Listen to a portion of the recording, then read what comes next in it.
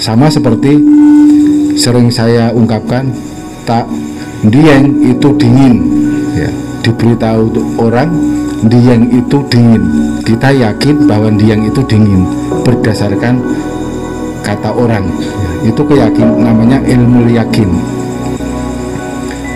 Ilmu yakin sekali lagi itu tingkatan terendah dalam beragama.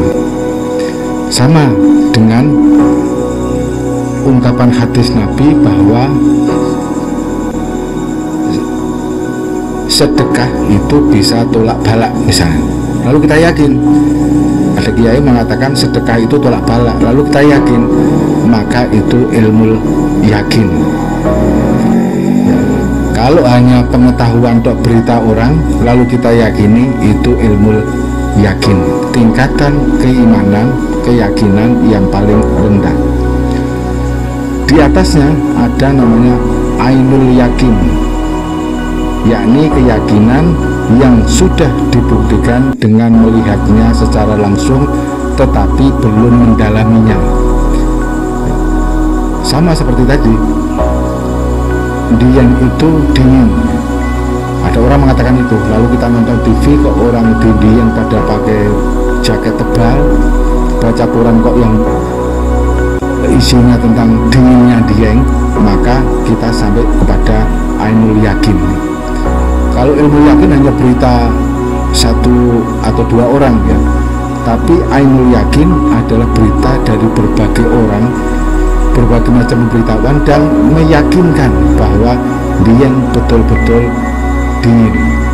Berita yang meyakinkan bahwa orang yang sedekah itu memperlancar rezeki, orang yang sering sedekah itu tolak balak, misalnya begitu.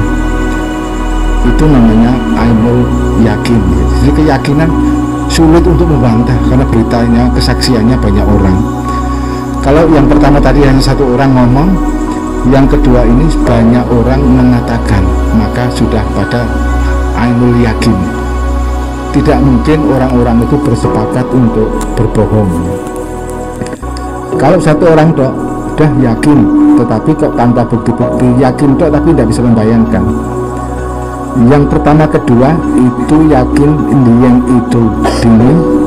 Bedanya kalau yang pertama hanya berita orang dari dieng lalu ngomong dieng itu dingin gitu. Udah kita yakin saja, maka keyakinan itu keyakinan paling rendah.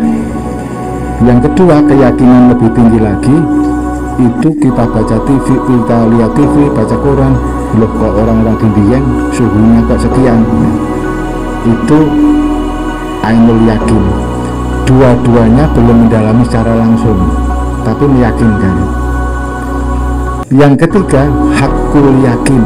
Nah, maka keimanan kita dituntut untuk sampai pada hakul yakin, yakni bukan hanya kata orang. Pertama kata orang tetangganya, kedua kata televisi, kata YouTube ya, bahwa dieng itu dingin.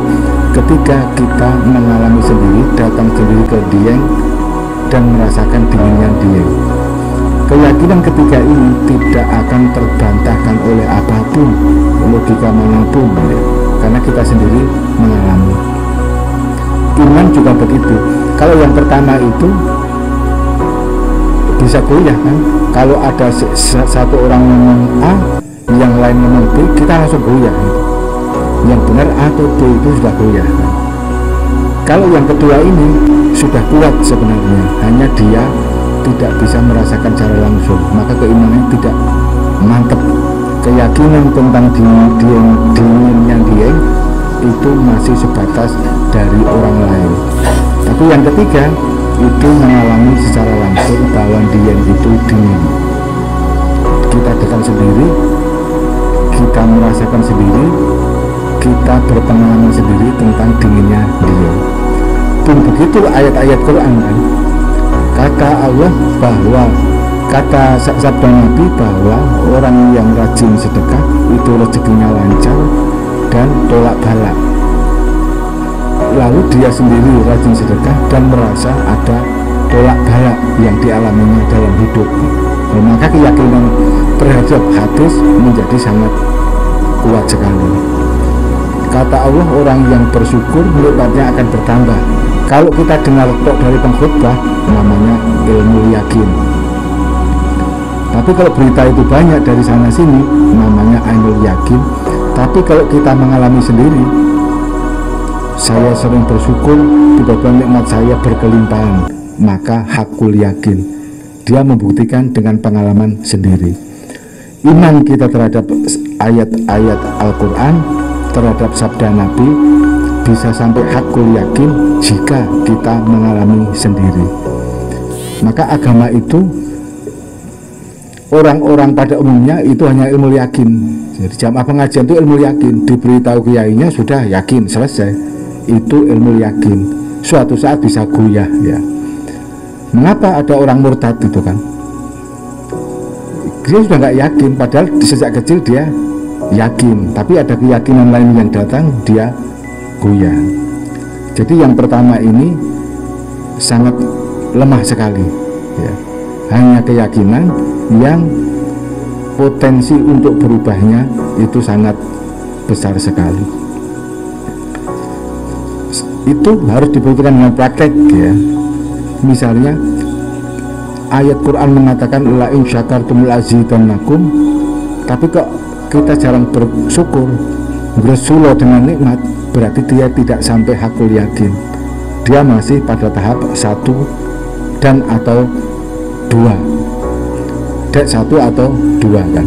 Kalau hakul yakin, dia keyakinannya sudah sangat penuh dan sangat utuh ya. Maka setiap ayat Quran tentang hal-hal yang baik, misalnya wa may yattaqillaha yaj'al lahu makhraja, barang siapa bertakwa kepada Allah, maka Allah memberinya jalan keluar dari kerupekan. Kerupekan hidup itu sesuatu yang pasti, tidak bisa ditolak kan? Mesti setiap orang siapapun akan mengalami kerupekan atau jalan buntu. Pertimbangan kok penuh risiko, itu penuh risiko. Maka orang yang bertakwa, lalu dia sendiri takwa, yakni imtithalu awamirillah wajtinabu nawahi, maka akan sampai pada hakul yakin Allah akan memberi jalan keluar. Lalu dia merasakan setiap ada kerupakan datang, maka Allah memberikan jalan keluar tiba-tiba gitu, tiba-tiba. Apakah lewat orang, lewat imajinasi kita sendiri, lewat inspirasi, macam-macam itu namanya hakul yakin. Oh benar, berarti bahwa setiap orang yang tetap komitmen terhadap takwa maka akan memperoleh posisi hakul yakin. Begitu juga hadis, barang siapa mencari ilmu maka Allah akan memberikan rezeki dengan jalan yang tidak terduga-duga. Kalau orang awam hanya yakin itu aja toh, tapi keyakinannya apa sudah dijelaskan. Tapi ketika seseorang itu mencari ilmu lalu kemudian mendapatkan rezeki yang tidak terduga-duga, maka keyakinannya akan utuh, keyakinannya penuh. Oh ternyata benar hadis itu misalnya. Ternyata saya merasakan sendiri, saya mengalami sendiri tentang kebenaran hadis itu. Nah kita dituntut untuk sampai pada hakul yakin dengan eksperimen sendiri, dengan pengalaman sendiri.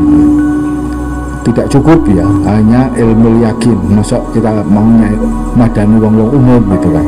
Wong ngaji mesti memiliki tingkat yang lebih tinggi ketimbang orang-orang yang tidak ngaji, yakni terkait dengan keyakinan penuh terhadap sesuatu yang datang dari Al-Quran maupun datang dari hadis, terutama ayat-ayat korelasi antara agama dengan kehidupan duniawi. Kalau ukhrawi kan tidak bisa dibuktikan. Misalnya kalau orang melakukan puasa ini pahalanya sekian, itu kan tidak bisa dibuktikan. Udah yakin saja. Tapi ketika orang itu berbicara kaitan antara dunia, kaitan antara ayat, ketika ayat bicara dunia lalu dia merasakan sendiri, maka hakul yakin. Sama dengan mantra atau hizib kan, setiap misalnya, tapi jangan terkecoh ya, hizib di YouTube itu banyak bohongan. Siapa membaca ini aminkan lalu dapat 1 juta gitu. Buktikan saja jika betul Anda hakul yakin Jika tidak, Anda tidak percaya kepada hizib-hizib yang itu. Maka jika orang itu mengamalkan dan meyakini bahwa sesuatu betul-betul terjadi, itu namanya hakul yakin ya. Jadi kalau saya lihat di YouTube itu kadang lucu-lucu. Barang siapa membaca ini mengaminkan, itu tiba-tiba rekeningnya tambah dari dalam tidak terduga-duga. Ya buktikan dulu kan. Nanti itu harus ngamalkan enggak. Bahayanya banyak mengamalkan tetapi ternyata tidak, itu nanti akan protes kan. Oh ternyata Gusti Allah tidak memberikan ini gitu kan. Malah tidak baik dampaknya. Maka sebaik-baik orang sebenarnya orang yang membuktikan kebenaran Quran maupun hadis dari pengalaman pribadi ya.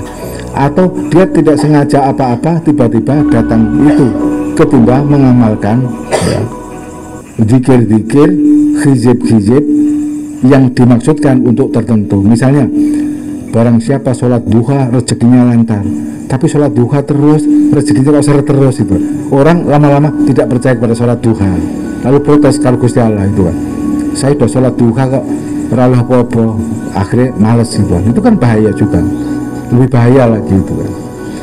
Lah maka bagaimana sesuatu itu menjadi hakul yakin, cari jalan ke arah itu tentang tingkatan keimanan.